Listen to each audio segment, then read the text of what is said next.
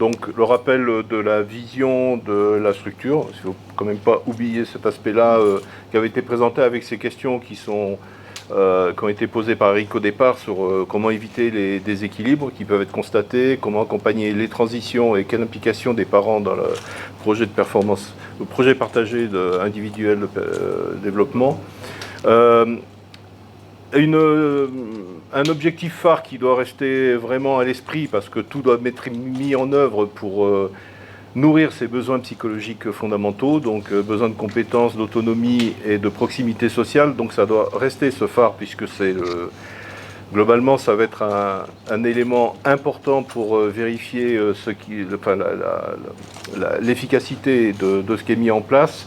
Ce qui a vraiment été important tout au long de la présentation, c'est l'importance du climat. Et donc nous, ça nous relève aussi sur l'importance du climat au plan sportif. Hein, c'est-à-dire qu'on pourrait faire le parallèle sur la nécessité d'avoir déjà conscience du type de climat dans lequel baigne l'athlète et de pouvoir trouver les éléments pour le modifier si besoin, donc entre le climat de maîtrise, le soutien de l'autonomie et le climat de performance ou climat centré sur l'ego. La question, donc l'incidence que ça va avoir sur la question fondamentale de la motivation, donc est-ce qu'on est plutôt sur une motivation à caractère autodéterminé ou contrôlé qui va être très dépendante du type de climat qui va être mis en place, évidemment. Maintenant, la centration très forte sur les parents et de se mettre du point de vue des parents et surtout la question de tout ce qui peut provoquer des comportements inadaptés avec ce qui avait été indiqué sur les expériences parentales vécues quand on est parent d'un jeune sportif sur le plan de l'organisation, du développement général de l'enfant, les problèmes personnels, les problèmes organisationnels. L'autre élément donc tout ça forcément crée des sentiments de pression ou de soutien et qui sont pas forcément alignés entre les perceptions de l'enfant, des parents et de l'entraîneur. Cette question de l'alignement, de la représentation, ainsi de suite, nécessite d'établir des relations et de clarifier les relations, donc en particulier entre donc, la structure parents et enfants athlètes.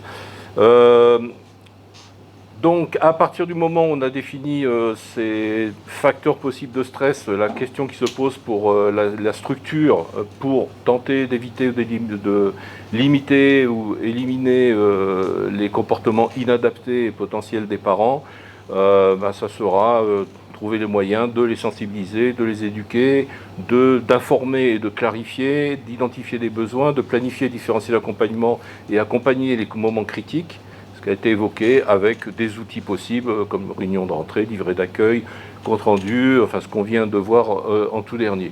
Donc l'idée forte, c'est quand même se dire qu'on va dépasser les constats et les préjugés, tout ce qu'on peut ressentir vis-à-vis des parents et qu'il faut bien clarifier cette question-là et se dire qu'est-ce qu'on va chercher à faire, à identifier quel rôle peut tenir la structure et pouvons-nous tenir dans le respect finalement de ce qu'on a vu au départ, donc nourrir ses besoins, développer le climat les plus adaptés et nourrir la motivation le plus possible autodéterminée de nos jeunes sportifs.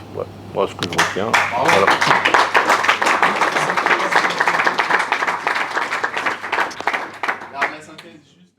Vous avez besoin de soit si vous avez besoin de ces motivations et la psychologie, etc. Vous aussi faire ça.